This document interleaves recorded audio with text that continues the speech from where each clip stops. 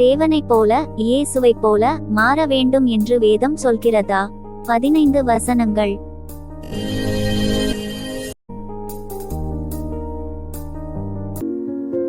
பரலோகத்திலிருக்கிற உங்கள் பிதா பூரண சற்குணராயிருக்கிறது போல நீங்களும் பூரண சற்குணராயிருக்க கடவீர்கள். மத்தேயு 5:48. உங்கள் பிதா இரக்கமுள்ளவராயிருக்கிறது போல நீங்களும் இரக்கமுள்ளவர்களாயிருங்கள். லூக்கா 6:36. உங்களை அழைத்தவர் பரிசுத்தராயிருக்கிறது போல நீங்களும் உங்கள் நடக்கைகள் எல்லாவற்றிலேயும் பரிசுத்தராயிருங்கள். 1 பேதுரு 1:15. அவர் ஒளியிலிருக்கிறது போல நாமும் ஒளியிலே நடந்தால் ஒருவரோடொருவர் ஐக்கியப்பட்டிருப்போம். 1 யோவான் 1:7.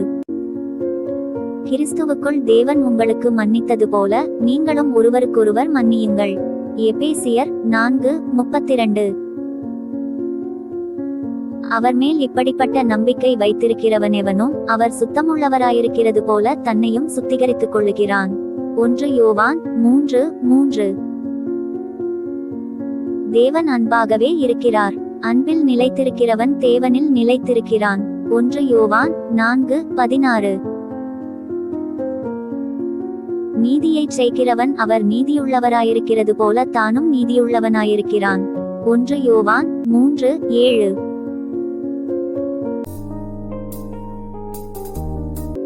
கிறிஸ்து உங்களுக்கு மன்னித்தது போல ஒருவருக்கொருவர் மன்னியுங்கள்.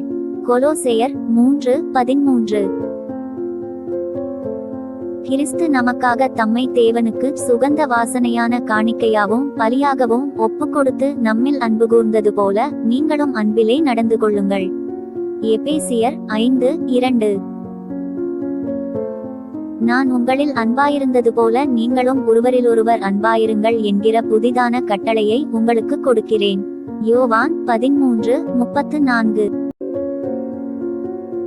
நான் உங்களில் அன்பாயிருக்கிறது போல நீங்களும் ஒருவரிலொருவர் அன்பாயிருக்க வேண்டுமென்பதே என்னுடைய கற்பனையாயிருக்கிறது.